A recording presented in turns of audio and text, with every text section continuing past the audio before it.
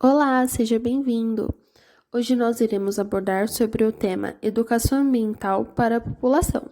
Você já deve ter ouvido falar sobre a educação ambiental em vários locais, seja em algum parque, na sua escola, em uma roda de amigos ou até mesmo em seu ambiente de trabalho.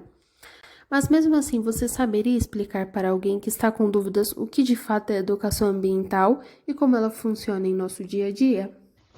Primeiramente, para falar sobre a educação ambiental, é importante entender quando começou a ser definido este conceito. E a partir de 1975, na Conferência de Belgrado, quando a Carta de Belgrado, um documento importantíssimo, um marco histórico na luta da defesa do meio ambiente, foi criado. Nesta carta consta os princípios de como deve ser abordado pelos educadores os assuntos relacionados ao meio ambiente.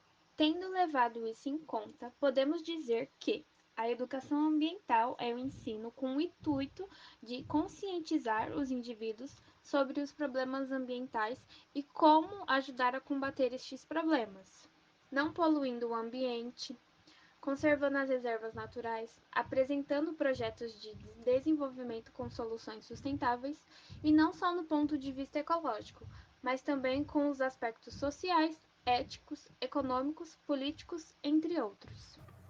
Pensando em como esses assuntos podem ser abordados, nossa equipe resolveu conhecer mais a fundo o Parque Ecológico do Tietê, ou PET, localizado no Tatuapé, em São Paulo. Nosso intuito é estudar e compreender como eles tratam a educação do meio ambiente para os usuários do parque.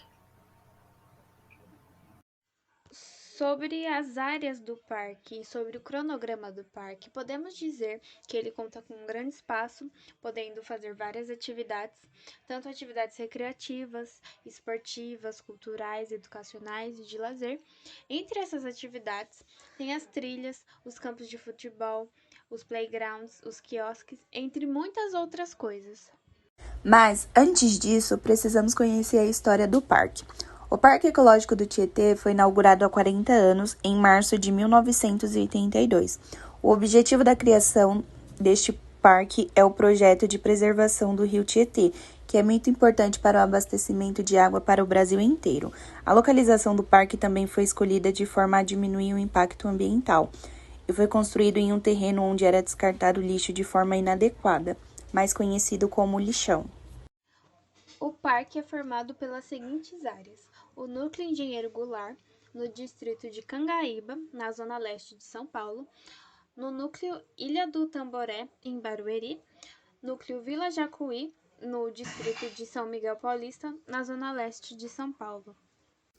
O espaço do Parque Ecológico do Tietê conta com um centro de educação ambiental, centro de recepção de animais silvestres e o Museu do Tietê.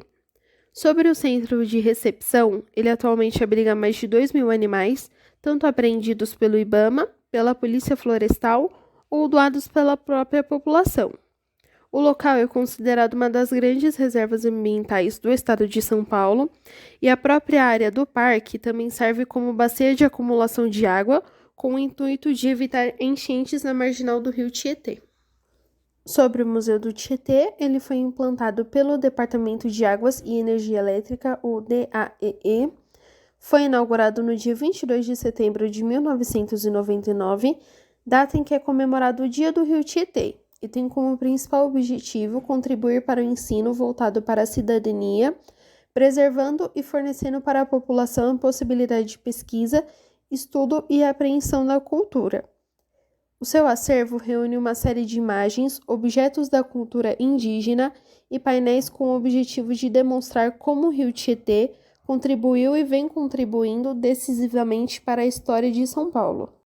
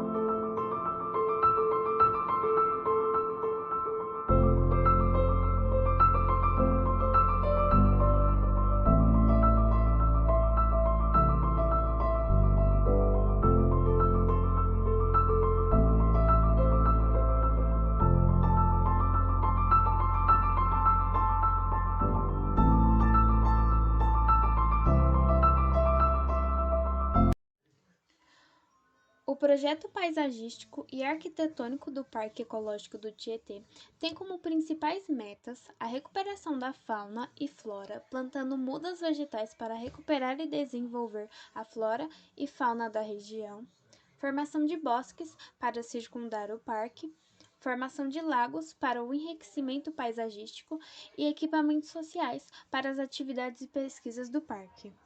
Uma das atividades educacionais desenvolvidas no PET é o projeto Arboriza Tietê, em que são entregues saquinhos com sementes e orientações de cultivo destinado aos estudantes matriculados no ensino fundamental municipal. A iniciativa visa, na prática, além de fortalecer a política da educação ambiental, pelos gestos e incentivo de semear e cultivar as mudas, desenvolver o interesse na população por sua base dos estudantes para a importância da arborização urbana. A atitude educa e divide responsabilidade na importante necessidade de deixar as cidades cada vez mais verdes e bem arborizadas.